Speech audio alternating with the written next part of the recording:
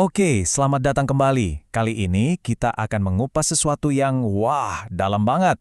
Kita akan lihat sebuah perspektif menarik dari mistisisme Jawa tentang apa sih yang sebenarnya terjadi setelah kita meninggal dunia. Coba deh, kita mulai dengan sebuah gagasan yang cukup provokatif. Gimana kalau ternyata kondisi pikiran kita di detik-detik terakhir kehidupan itu yang justru jadi penentu kemana arah perjalanan sukma kita selanjutnya? Oke, ini dia peta perjalanan kita. Kita bakal bahas apa itu sukma setelah kematian, terus ada persimpangan alam apa aja, dan jalur-jalur yang bisa dilewati, ada jalur kebingungan, ada juga jalur pemahaman. Terus, ngaruh nggak sih doa kita? Dan terakhir, gimana cara ngebangkitin energi batin kita sendiri? Yuk, langsung mulai aja. Nah, ini dia poin kuncinya. Jadi, menurut pandangan ini, sukma atau jiwa kita itu nggak langsung dikirim ke tempat yang udah disiapin, bukan gitu. Justru tujuannya itu ditentukan oleh level kesadaran kita pas banget di momen kematian. Sebelum lanjut, kita samain persepsi dulu ya. Apa sih yang dimaksud sukma? Gampangnya, ini adalah istilah dalam bahasa Jawa untuk jiwa. Inti dari kesadaran kita, esensi yang tetap ada bahkan setelah tubuh fisik kita tiada. Oke, kita lanjut. Jadi setelah kematian, si sukma ini ceritanya sampai di semacam persimpangan jalan. Di hadapannya ada 3 alam, 3 kemungkinan tujuan utama. Nah, tabel ini ngejelasin semuanya dengan gamblang banget kan? Ada alam Yomanio, Ngaropodo, sama Jonggraloka. Masing-masing itu cerminan langsung dari kondisi kesadaran kita. Kalau kita meninggal dalam kondisi linglung atau bingung, ya masuknya ke Yomanio. Kalau kita sudah di level dunung atau paham, masuknya ke Ngaropodo. Dan yang tertinggi, gung atau keesaan, tujuannya adalah Jonggraloka. Terus gimana nasibnya orang yang meninggal dalam keadaan cemas, khawatir, atau bingung? Nah, mereka ini bakal mengambil jalur yang paling bawah. Contohnya kayak gini nih, pikiran-pikirannya muncul. Aduh, gimana ya anak-anakku nanti sekolahnya? Rumah ini nanti buat siapa ya? Jangan-jangan mereka malah berantem rebutan warisan. Nah, pikiran-pikiran panik kayak gini, yang disebut kemerungsung, itu yang jadi rantai yang ngejebak sukma. Dan akibatnya, udah bisa ditebak, semua kemelekatan itu ngebuat sukma masuk ke alam Yomanio. Kondisi bingung yang disebut linglung ini, bikin sukma terperangkap di alam yang, pasif dan suram. Mengembara seperti hantu. Di alam Yomanio ini, sukma yang sekarang disebut Yetmo, kondisinya benar-benar bingung dan tersesat. Energinya jadi kasar dan padat. Yang paling menyedihkan, mereka bisa terlahir kembali jadi hewan atau bahkan tumbuhan. Mereka udah lupa sama sekali kalau mereka pernah jadi manusia. Inilah yang disebut siklus penderitaan atau samsara. Tapi kan ada jalur lain dong.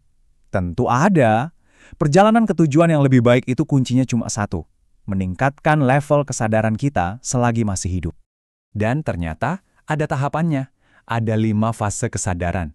Dimulai dari yang paling bawah, linglung atau bingung, lalu naik ke renung atau kontemplasi, kemudian heneng atau hening. Dari situ, baru kita bisa mencapai dunung atau pemahaman. Puncaknya adalah gung atau keesaan. Jadi ada jenjangnya yang jelas banget. Nah, mencapai level dunung ini krusial banget. Kenapa? Karena kondisi pemahaman inilah yang jadi tiket buat sukma bisa masuk ke Ngaropodo, alam karma.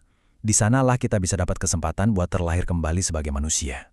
Oke, ini ada perbedaan yang penting banget buat kita pahami. Ada 2 jenis kesadaran. Yang pertama, kesadaran jaga.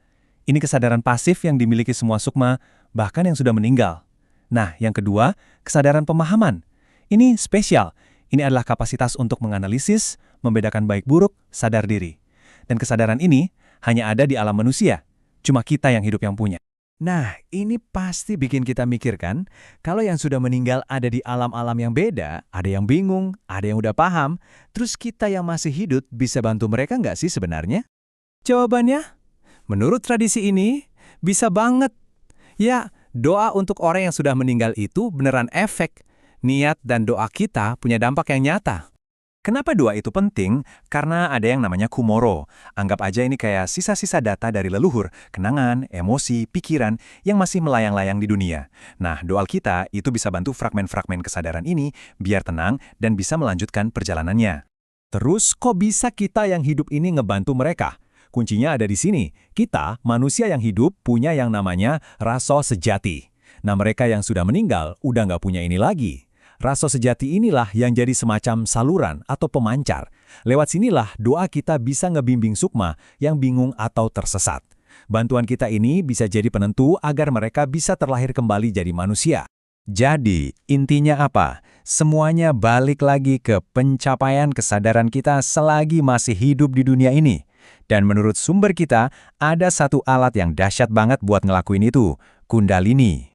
Apa itu Kundalini? Ini adalah energi dahsyat yang sebenarnya ada di dalam diri kita, tapi tertidur di dasar tulang belakang. Kalau energi ini berhasil dibangkitkan, kekuatan mental dan spiritual kita bisa meningkat pesat.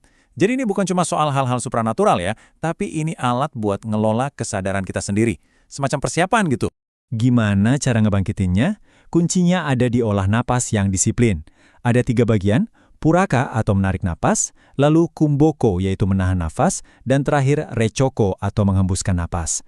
Nah, fase menahan napas atau kumboko ini yang katanya jadi momen di mana kita bisa terhubung langsung dengan kekuatan yang lebih tinggi. Tapi ada peringatan yang sangat-sangat penting.